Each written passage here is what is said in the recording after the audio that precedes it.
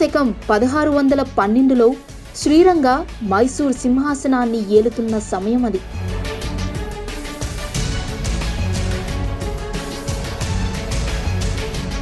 అప్పట్లో రాజు వడియార్ ఆయనపై తిరుగుబావుట ఎగరవేసి తానే రాజయ్యాడు. ఈ నమ్మక ద్రోహానికి కంగుతిని తీవ్ర ఆవేదనకు గురైన శ్రీరంగ భార్య అలివేలమ్మ కొన్ని ఆభరణాలు తీసుకొని తలకాడికి వెళ్ళిపోయింది.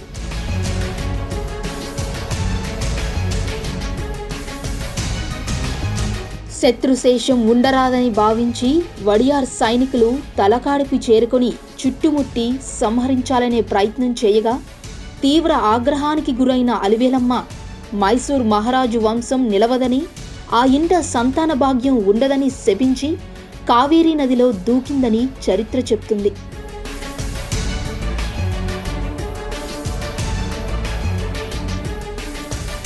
ఆమె శాపం ఫలితమో లేక మరి ఏదైనా కారణమో కానీ అప్పటి నుండి ఇప్పటి వరకు మైసూర్ రాజులంతా సంతాన యోగం లేక తీవ్ర మనోవేదనకు గురైన వారే.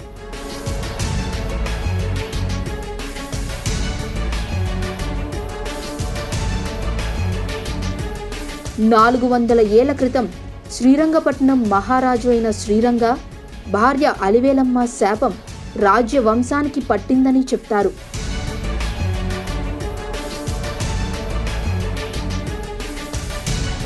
నాలుగు 400 సంవత్సరాల నిరీక్షణ అనంతరం మైసూర్ మహారాజు వంశానికి శాప విముక్తి కలిగింది.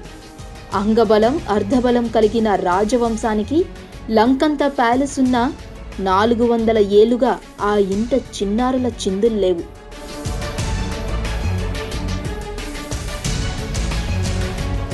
గత్యంతరం లేక బంధువులలో యోగ్యుడైన ఒక పిల్లవాడినే ఎంపిక చేసుకొని దత్తత తీసుకొని రాజవంశ వారసుడిగా ప్రత్యేక పూజలు నిర్వహించి అభిషేకం చేసి మైసూర్ మహారాజుగా ప్రకటిస్తూ వచ్చారు.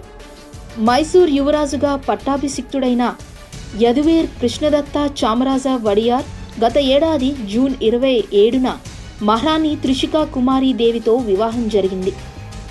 400 ఏళ్ల తర్వాత శాప విమోచనం లభించి మైసూర్ యువరాణి గర్భం దాల్చింది.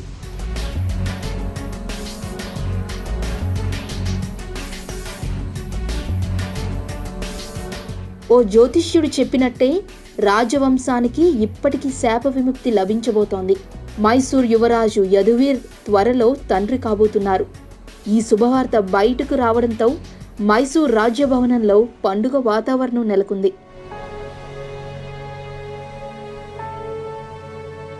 యదువీర్ త్రిషికా దంపతులకు పండంటి మగబిడ్డ పుడతాడని ప్రజలంతా ఆశగా ఎదురుచూస్తున్నారు. ఆమె ఇప్పుడు 5 నెలల గర్భవతిగా ఉంది. దీంతో రాజవంశంలో ఆనందాలకు పట్ట పగ్గాలు లేకుండా ఉన్నాయి.